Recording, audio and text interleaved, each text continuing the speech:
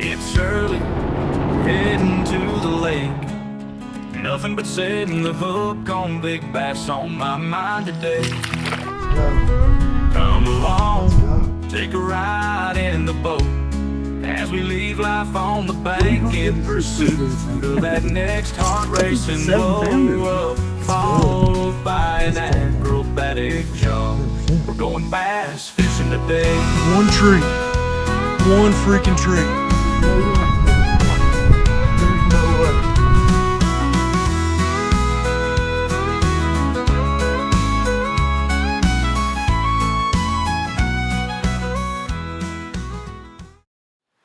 This week on Double Digit Bass the series, we're headed to Knott County, Kentucky to Carr Fork Lake, another one of these small lakes in eastern Kentucky with a reputation of growing really big bass.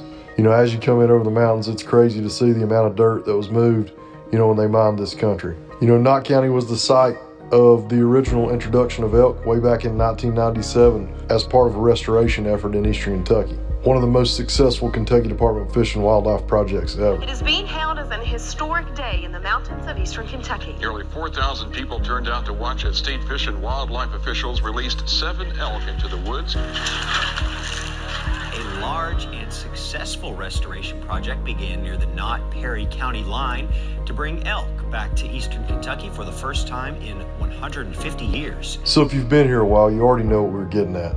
You know, what could be with growing more trophy bass in Kentucky? You look at these other states, Texas, 14 million, Virginia, Smith Mountain, Tennessee, Chickamauga, North Carolina with their lakes, F1 progress, F1 programs. Why can't we have that in Kentucky? Every trip to Carr Fork should start with a trip to Yoder's. Yoder's and Hyman, unique selection of food, just a great place to pick up some boat snacks and some lunch for the day. You know, Carr Fork was impounded in 1976, probably about the same age as most of our lakes. One of the unique things that I found with Carr Fork is that there are some recruitment issues. You know, they have had to stock bass over the years. You know, Carr Fork also has alewives, which is unique to eastern Kentucky. It's the only lake that I know of, you know, in the region that has alewives. A couple of interesting facts about alewives that I learned. You know, number one, we all know they have a huge influence on bass behavior, and will in this video. But number two, some studies have shown that alewives reduce the number of small bass, which is an interesting topic because Carr Fork has struggled with recruitment over the years. Alewives were obviously introduced by someone illegally at some point. When I went up, Carr Fork isn't at summer pool yet. It was coming up fast. We had a lot of rain this spring. But like most of our lakes, you know, Carr Fork has standing timber in most of the hollows. You know, and I'm looking at a lot of fish here, you know, trying to see them on forward-facing sonar, and especially in the timber, and see if I can't pick them off. You know, at first, the first part of the day, it was a little bit of a struggle. It was tough.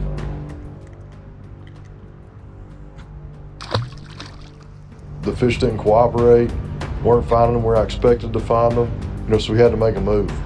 You know, sometimes when you're getting your butt kicked, better off just sit down and have some lunch and rethink your game plan for the day. And you know, for me, one of the things that I've always heard when fishing gets tough in the pre-spawn, early spring, you know, especially in eastern Kentucky with the way our lakes are built, run down to the dam. It seems like you can always find something or pick something up, especially a big fish, around the dam.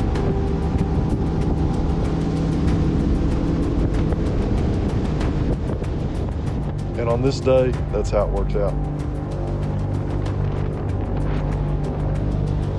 So let's talk about the setup here. You know, as we pull into the buoys, you know, the wind is blowing a lot more than it looks like in this video. And it's blowing right into the corner of the dam down here. And it's just got those shads stacked up. So almost immediately when I pull in, you know, I really like the setup, but when I drop my trolling motor, you know, on forward-facing sonar, almost immediately you can see bass just smashing shad.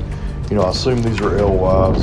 Alewives have a major impact, you know, on bass behavior, you know, especially in the pre-spawn. And these bass, they've got these alewives just cornered. You know, these bass have these alewives cornered, and they're just thrashing through these schools of shad. You know, if you've watched the other videos in this series, one of the keys that I told you all along that I really like in the pre-spawn for the A-rig setup is to have that stout wind, you know, pushing shad into an area that you can typically predict, just like the corner of this dam. Good one.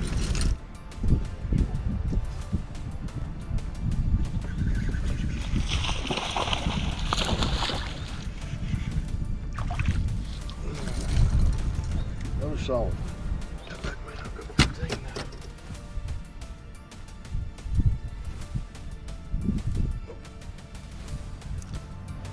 You know, another thing I shared with you before in previous videos is I'm always throwing the Umbrella Flash Mob Junior on braid. You can hear the braid, you know, as I'm winding these in. I don't think it has any effect on these fish this time of year.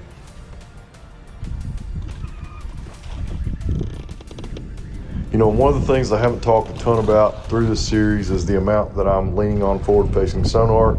You can tell by looking at the front deck of my boat, my electronics are important.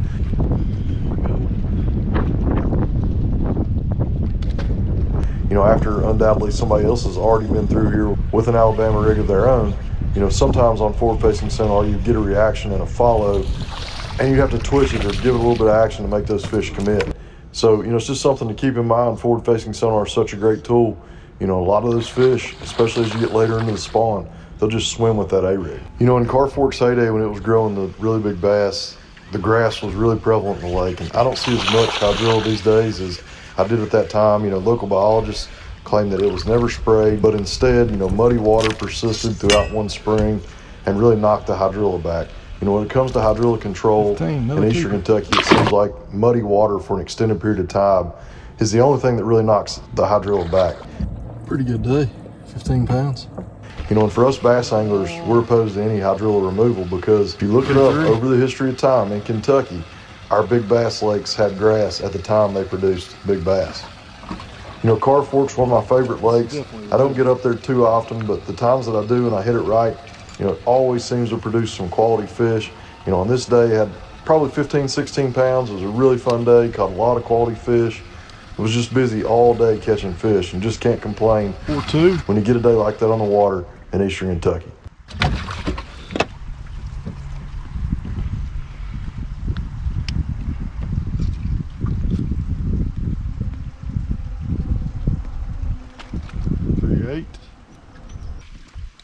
Probably 2 pound fish here. We'll see.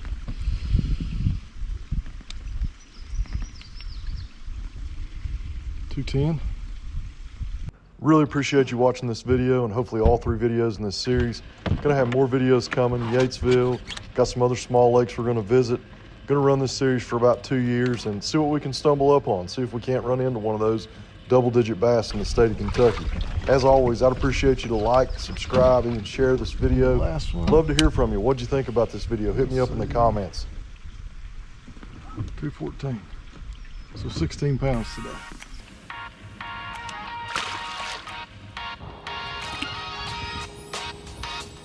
You know, those are the lakes that we tried to target, you know, in these episodes to try and run down a double-digit bass in the state of Kentucky.